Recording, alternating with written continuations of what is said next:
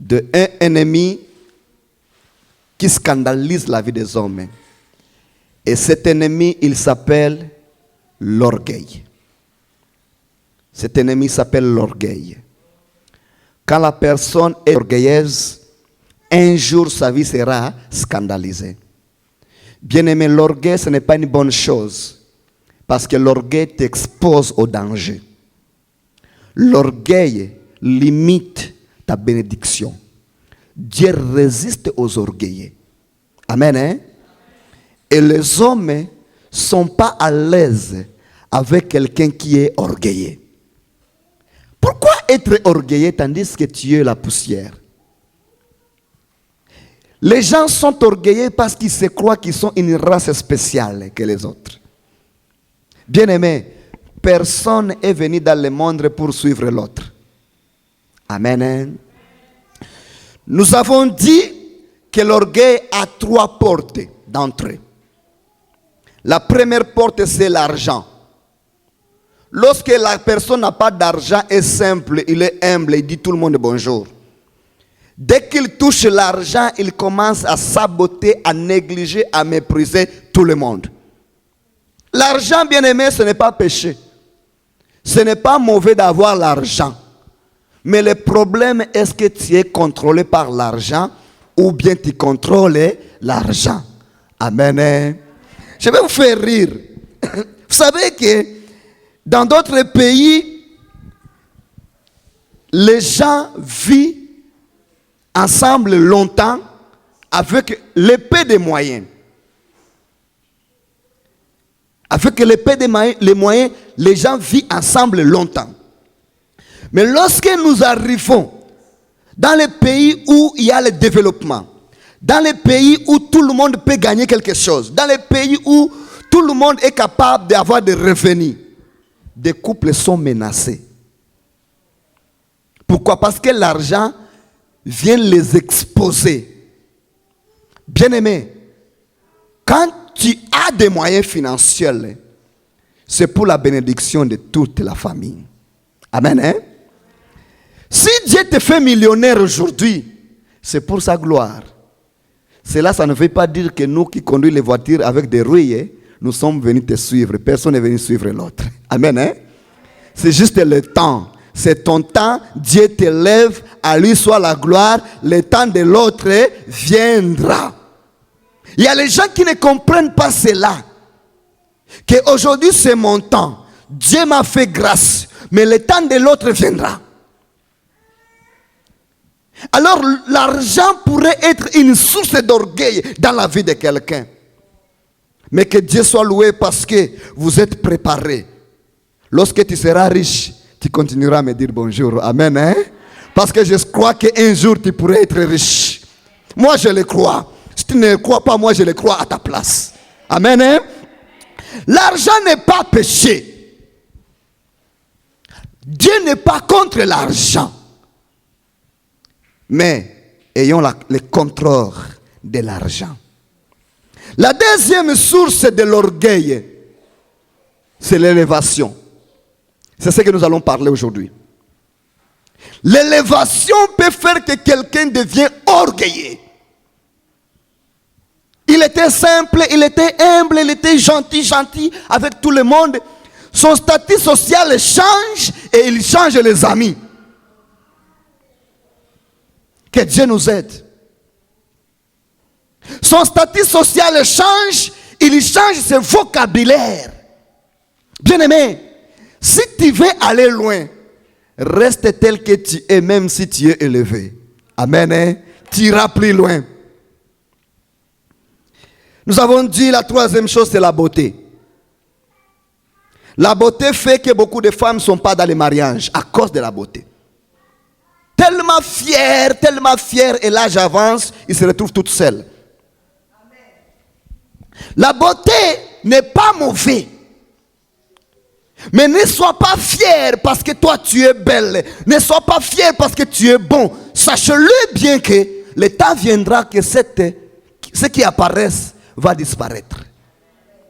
Amen. Bien-aimé, nous avons dit, lorsque la personne est devenir orgueilleux, c'est un esprit, c'est un démon qui entre dans son âme, qui pousse son âme d'agir autrement. Alors, bien aimé, l'orgueil a ses cousins, il a ses frères, il a ses amis. Son frère le plus proche, c'est qui? Impolitesse. Quand quelqu'un devient orgueilleux, il devient qui? Impoli. Il se croit, il peut insulter n'importe qui, n'importe quand, n'importe comment. Enfant de Dieu, ne sois pas impoli. Parce que ça va bloquer ton avenir. Alléluia. Est-ce qu'on peut acclamer pour Jésus? Merci beaucoup, Seigneur. Ne sois pas impoli. Impoli jusqu'au point où tu insultes les parents de ton mari, les parents de ta femme. Quelle impolitesse! C'est un démon. Pourquoi la personne arrive à ce point? C'est parce que le démon d'orgueil est installé dans son âme. Et nous avons Jésus qui brise le système diabolique. Amen. L'élévation. Quand la personne est élevée, il doit faire attention. Parce que nous sommes tous appelés à aller loin. Aller loin dans les études, c'est une élévation aussi. Aller loin dans ton couple, aller loin dans ton travail, aller loin dans tout ce que tu fais. Je n'aime pas de petites choses. Je crois aux grandes choses. Amen. Hein? Je rêve les grandes choses. Parce que nous servons un Dieu grand. Ce que nous traversons, ce n'est que le temps. Les échecs d'hier, ce n'est pas les échecs, c'est l'histoire de ta vie. Amen. Hein? Ce que tu as échoué hier, ce n'était pas un échec, c'était l'histoire de ta vie. Aujourd'hui, nous traversons un temps. Demain, nous pourrons surprendre le monde. Parce que le maître du temps et des circonstances, il est notre papa. Amen. Quand ton père est fort, même à l'école, on te respecte. Amen. Hein? Alors, si tu sais que Dieu est ton père, il faut avoir toujours l'espoir de grandes choses. De grandes choses pour tes siens. Les grandes choses pour ceux qui sont avec toi. Lorsque Dieu va t'élever, ne dise pas que de telles personnes sont plus dans mon niveau. Alléluia. Parce que l'orgueil précède de la chute de l'homme. Quand la personne veut tomber, il commence à être orgueilleux. Après d'avoir d'être orgueilleux, l'impolitesse entre, l'arrogance accompagne, alors tout commence à être détruit petit à petit, et la personne se trouve où? Dans la poubelle. Parce que l'orgueil peut prendre quelqu'un de la royauté jusqu'à dans la poubelle. Amen. Ouvrons nos Bibles. Daniel chapitre 4. Nous allons voir l'élévation. L'élévation. Je crois que demain tu peux être un grand sportif, mon frère. Je crois que demain tu peux être un grand sportif, ma soeur. Je crois que demain tu peux être un grand dans un bureau où, avant que tu descendes à ton char, il y a quelqu'un qui ouvre ta porte. Je le crois. Mais à ce moment-là, ne commence à parler avec nous seulement sur Facebook. Parce que toi, tu deviens rare. Bien-aimé, ce n'est qu'un temps. Amen. Daniel chapitre 4, nous allons lire tout chapitre 4. C'est long. Mais il y aura des versets qu'on va répéter. Est-ce que quelqu'un a trouvé? Daniel chapitre 4. Tout le monde a trouvé?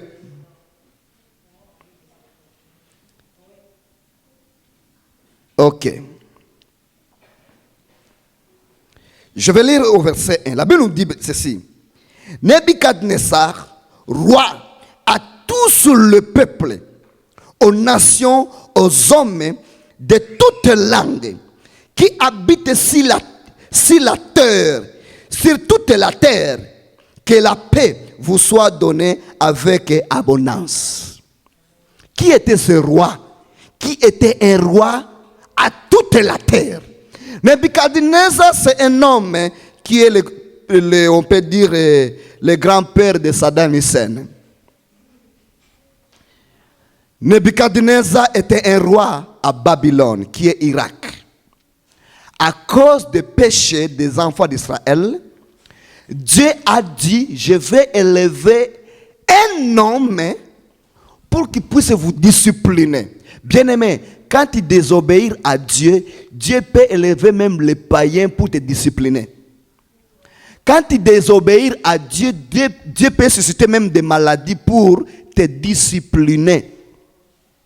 Il y a des gens, si tout va bien dans leur vie, ils fuient Dieu. S'il y a des problèmes là, ils se rappellent que Dieu existe. Bien-aimés, rappelons-nous de Dieu dans toutes les conditions de la vie. N'attends pas qu'une circonstance te éveille que Dieu existe. Alors les enfants d'Israël, quand ils ont mangé, ils se sont rassasiés, ils ont oublié Dieu.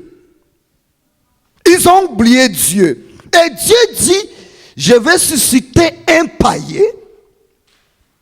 Je vais élever un païen pour qu'il puisse corriger mon peuple.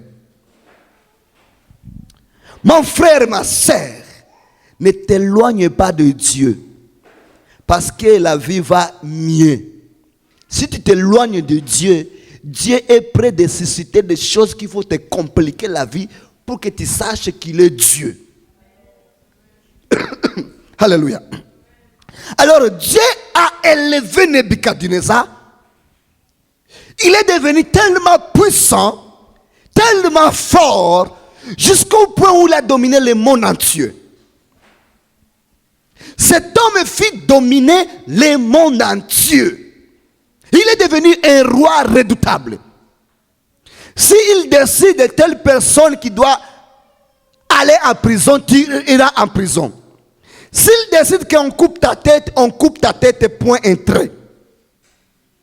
Nebuchadnezzar. Cette élévation a fait de lui, il est devenu orgueilleux, arrogant. Un homme simple, Dieu l'a pris, Dieu l'a élevé. Dieu l'a donné la capacité et les moyens. Cet homme est devenu arrogant, orgueilleux. Mais Dieu discipline les orgueilleux. Amen. Même un païen orgueilleux, Dieu le discipline. Car Dieu résiste aux orgueilleux. Il confronte les orgueilleux. Il les fait face. Et il les amène jusqu'à dans la poubelle. Amen. Si Dieu t'élève, bénis son nom. Ne sois pas orgueilleux, parce qu'il va te mettre dans la poubelle. Vous savez, quand tu es haut à haut, fais attention de ne pas tomber. Parce que tomber quand tu es à haut, c'est facile. Mais monter à haut, tu peux monter petit à petit, tu vas arriver à haut. Mais quand tu es à haut pour tomber, tu vas aller vite, n'est-ce pas? Pouh, tu tombes. Alors, lorsque tu es élevé, que ce soit le statut social, que ce soit dans le ministère, que ce soit dans le couple, que ce soit dans la famille, Dieu peut t'élever dans ta famille. On commence à t'appeler maman. On commence à t'appeler papa. Nous avons les gens dans leur famille aujourd'hui, on les appelle papa, tandis qu'ils sont encore enfants. Pourquoi? Parce que Dieu les a élevés. Mais cette élévation ne fait jamais de toi orgueilleux. Alors Nebuchadnezzar, verset 3. Que son signe soit grand. Non, on va aller, parce que le temps vraiment nous manque. On va sauter au verset 5. Nebuchadnezzar qui est devenu puissant au verset 5. J'ai eu un songe qui m'a effrayé. Les pensées donc que j'ai été poursuivi sur ma couche et la vision de mon esprit me remplissait d'épouvanté. J'ai ordonné qu'on fit venir devant moi tous les sages de Babylone, afin qu'ils me donnassent l'explication du songe. Nebuchadnezzar, un jour, il dormait. Dieu lui donne un songe. Quand Dieu lui donne un songe, il a vraiment eu des problèmes avec ce songe. Alors il fit appeler les sages de Babylone. Il fit appeler des sorciers, des magiciens, toutes les personnes qui avaient la connaissance de traduire des songes. Pour qu'il traduise son songe, personne n'était capable de le traduire. Alors le roi dit, on va appeler Daniel. Parce que Daniel avait l'Esprit de Dieu en lui. On fit appeler Daniel. Daniel a traduit le songe. Il a vu un arbre très grand. Cet arbre portait beaucoup de fruits. Et les oiseaux venaient habiter sous son arbre. Alors Daniel dit que cet arbre qui est grand, c'est toi. Maintenant, écoutez. C'est toi qui es devenu grand, fort. Donc, la grandeur s'était accrue et s'est élevée jusqu'aux cieux. Imaginons quelqu'un, il est élevé jusqu'aux cieux. Il était devenu très puissant. Amen. L'élévation. Cet homme est devenu très puissant. Écoutons maintenant ce qui suit. Et donc la domination c'était jusqu'aux extrémités de la terre. Le roi a vu l'un de ceux qui veillent et qui sont saints descendre du ciel et dire abattez l'arbre et détruisez-le. Le roi a vu un de ceux qui veillent. D'où le roi a vu une vision de Dieu. Dieu dit abattez l'arbre et détruisez l'arbre. Alors le roi, dans sa grandeur, il est devenu orgueilleux et Dieu a descendu et dit maintenant, je coupe ton orgueil, je coupe ton royaume. Alléluia. Dieu a envoyé ce roi où qu'il vive comme une bête pendant 7 ans. Celui qui était roi, celui qui était grand, il commençait à vivre comme un animal pendant 7 ans à cause de son orgueil. Il fit abaisser à cause de son orgueil. Après 7 ans, quelque chose très important que nous allons lire, verset 36. Verset 36. Il a fait 7 ans dans les forêts. 7 ans, il vivait comme un animal. Il n'était plus roi à cause de son orgueil.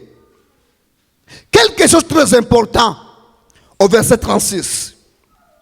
À ce temps-là, la raison m'est... Alléluia. Après avoir souffert pendant 7 ans, il se rend compte qu'il est en train de souffrir parce qu'il a saboté le Dieu du ciel. Il se rappelle de son passé, de ce qu'il était. Et il dit que la raison me revient. Je me rappelle maintenant que mon orgueil n'était pas important. Alléluia. Il se rappelle que son orgueil a poussé sa chute. Je crois bien qu'il a regardé le film de sa vie. Il voit depuis qu'il est né comment il a grandi. Lorsqu'il est devenu roi, comment il était un petit roi et comment il est devenu un grand roi. Jusqu'au point où il est monté jusqu'au ciel. Son royaume dominer le monde entier. À cause de cela, il est devenu orgueilleux. Et à cause de l'orgueil, qu'est-ce que Dieu dit? Abattez l'arbre, que la personne aille souffrir. Cette personne commençait à manger avec les animaux, comme une bête sauvage. Si tu lis bien, tu vas voir même ses cheveux sont devenus comme des fleurs. Ses ongles sont changés. D'où il a commencé à souffrir parce que il est devenu orgueilleux au moment où il fut élevé. Amen. Ne sois pas orgueilleux lorsque tu es élevé. Au verset 36, il dit ceci. Maintenant, moi, Nebuchadnezzar, j'ai loué qui? Comme il était grand roi, il ne pourrait pas louer l'autre personne que le Créateur. Lorsqu'il a été corrigé, amen, hein? Lorsqu'il a été corrigé, c'est là où il s'est rendu compte que lui, il était rien. Tout ce qu'il était, c'était par la grâce. Amen. Hein? N'attends pas la correction pour que tu reconnaisses que tu es rien. Reconnais que tu es rien, afin que Dieu t'amène loin. Alléluia. Il dit, j'ai loué, j'ai exalté et j'ai glorifié qui? Le roi du ciel. Amen. D'où il a rendu grâce à Dieu qui donne et Dieu qui arrache. Alléluia. Est-ce qu'on peut acclamer pour les rois des rois? Écoutons ce qu'il dit. Donc, toutes les œuvres sont vraies. Toi qui ne crois pas aux œuvres de Dieu, un païen reconnaît que les œuvres de Dieu sont vraies. Il n'a pas encore fini. Il dit ceci. Et les voix justes équipées à baisser. C'est quoi? Est-ce que vous lisez avec moi? Il peut abaisser qui? Il dit, lui qui peut abaisser ce qui marche avec. Est-ce qu'on peut lire fort? Il peut abaisser ce qui marche avec. Bien aimé, cet homme-là, c'était un grand roi. Dans la grandeur de sa puissance, il est devenu orgueilleux. Dans son orgueil, Dieu du ciel est descendu. Il a pris cet homme de la royauté jusqu'à dans la poubelle. Gloire soit rendue à Dieu. Cet homme, il s'est repenti. Amen. Il s'est repenti. Et un jour, il dit, non, ce n'est pas normal. Ma vie, ce n'est pas normal. Pourquoi je souffre? Il a dit, pourquoi moi je souffre? Je suis né ni. Tout ce que j'ai eu, ce n'était pas la grâce. J'ai tout perdu. Mais il y a quelqu'un qui m'a donné. Il a élevé le nom de l'Éternel. Alléluia. Il a reconnu que Dieu mérite d'être élevé. Quand il a élevé le nom de l'Éternel, il fut restauré. Il a exalté. Il a loué Dieu. Et il dit ceci. Lui, il abaisse ce qui marche avec l'orgueil. Bien-aimé, ne marche pas avec l'orgueil parce que toi tu es élevé. Alléluia. Ton élévation peut avoir un objectif. Dieu peut t'élever pour que tu sois une bénédiction pour les autres. Dieu peut t'élever pour qu'un jour tu puisses être un pont pour les autres. Dieu peut t'élever pour que tu puisses bénir son œuvre. Amen. Hein? Dieu peut t'élever pour que tu sois un témoignage de sa grandeur. Mais quand tu ne connais pas toutes ces choses-là, tu t'éloignes de Dieu, tu méprises les hommes que Dieu a créés à son image, tu oublies que toi tu es poussière, tu te prends pour une race spéciale. Voyons ce que Dieu va faire de toi. La première chose, on va couper l'arbre. D'où on va couper ton élévation. Et la deuxième chose, c'est la souffrance qui va suivre. Tu étais élevé, tu es abaissé. Parce que Dieu, il prend de la royauté jusqu'à la poubelle. Il prend de la poussière, il les fait asseoir avec des grands. Amen. Si tu veux progresser dans la vie, ne sois pas orgueilleux parce que ton statut social est changé. Ne sois pas orgueilleux. Si tu deviens orgueilleux, Dieu du ciel descendra. Parce que Nebuchadnezzar a vu celui qui veille. Il descend du ciel et il dit, coupe l'arbre. Détruisez l'arbre. Et 7 ans passeront.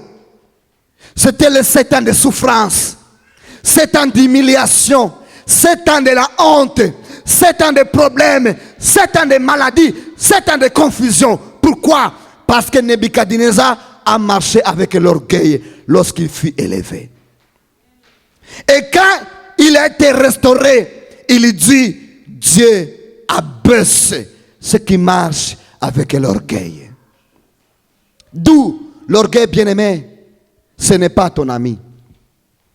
L'orgueil, ce n'est pas ton ami. L'orgueil, c'est ton ennemi.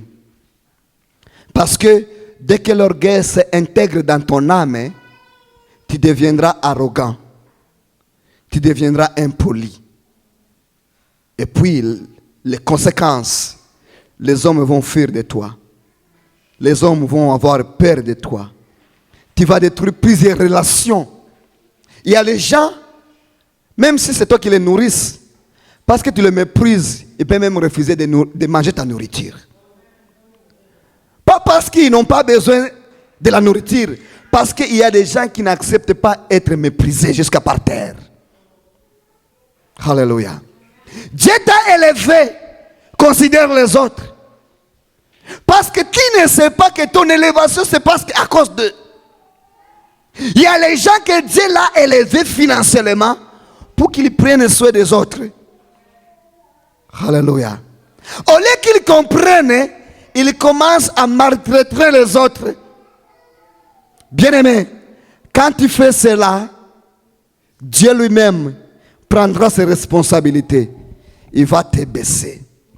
Et quand tu es abaissé par Dieu, je ne sais pas qui peut te relever. Alléluia. Nous avons dit que l'orgueil, on ne naît pas orgueilleux. Personne ne vient au monde orgueilleux. On vient orgueilleux à cause de ce que nous avons traversé. Peut-être chez vous, vous mangez 3 fois par jour.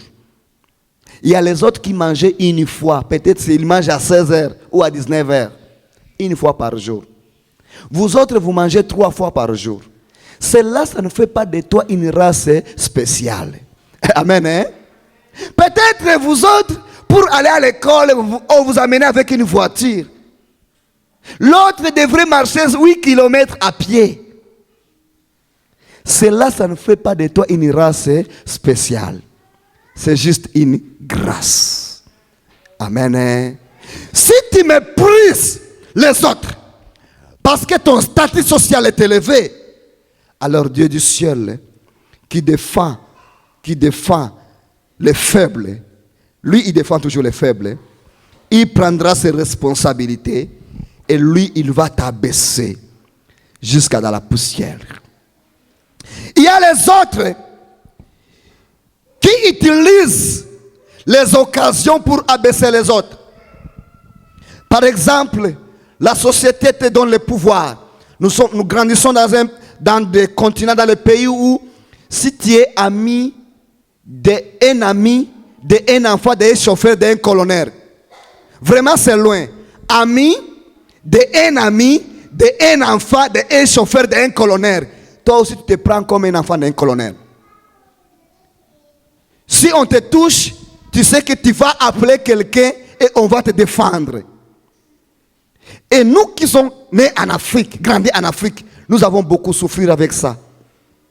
Quelqu'un devient arrogant. Pourquoi? Parce qu'il connaît quelqu'un dans un bureau quelque part. Mais bien aimé, c'est mieux que tu connais Dieu. Alléluia. Parce que l'homme que tu connais, demain on peut faire un coup d'état et ça change. L'homme que tu connais, il peut mourir, n'est-ce pas? L'homme que tu connais, il peut avoir quelqu'un que moi aussi je connais qui est plus élevé que lui. Alors, ne se fiez pas aux hommes pour devenir orgueilleux. Ne se fiez pas au système d'un pays pour devenir orgueilleux. Parce que le système peut changer. Nous avons grandi dans un pays où c'est le système qui fait de toi l'homme puissant. Si tu es dans un ministère, même tes voisins, ils se croient qu'ils sont devenus puissants. Parce qu'un ami de quartier, c'est un ministre. Bien aimé, on se trompe. Fions-nous à Dieu. Soyons humbles, même si nous connaissons les gens qui sont bien positionnés. Amen. Hein? Parce que cette simplicité va faire de nous les hommes selon le cœur de Dieu. Et si tu es l'homme selon le cœur de Dieu, Dieu va te défendre. Mais si tu es orgueilleux, tu marches avec l'orgueil, qu'est-ce que Nebuchadnezzar dit? Qu'est-ce que ce roi a dit? Dieu, il abaisse ceux qui marchent avec l'orgueil. Amen. Que Dieu vous bénisse. On acclame pour les rois des rois. Merci beaucoup, Seigneur. Bien-aimés, nous allons prier. Nous allons nous lever, nous allons prier. Parce que l'orgueil, c'est un esprit. Tu vas prier. L'orgueil, c'est un esprit. Tu vas prier. Excuse. Peut-être tu n'es pas orgueilleux, mais tu connais quelqu'un qui est orgueilleux dans ta famille. C'est dans votre responsabilité de prier pour lui. Peut-être tu n'es pas orgueilleux, mais tu connais quelqu'un qui est orgueilleux dans ton village. Ta prière peut aller chasser l'esprit d'orgueil qui est dans son âme.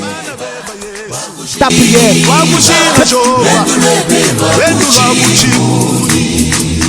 Udichilobo chikole muvita Yesu muchimunyi wakale kale Chilobo chikole muvita Yeswe Zambi ukena kuchimuna Chamakanda wanye Wewa chilobo Yeswe Chuka senda wanyi Majunda ubandishide Yesu tuluka wenda majunde Bana beba Yesu Wakushinga shofa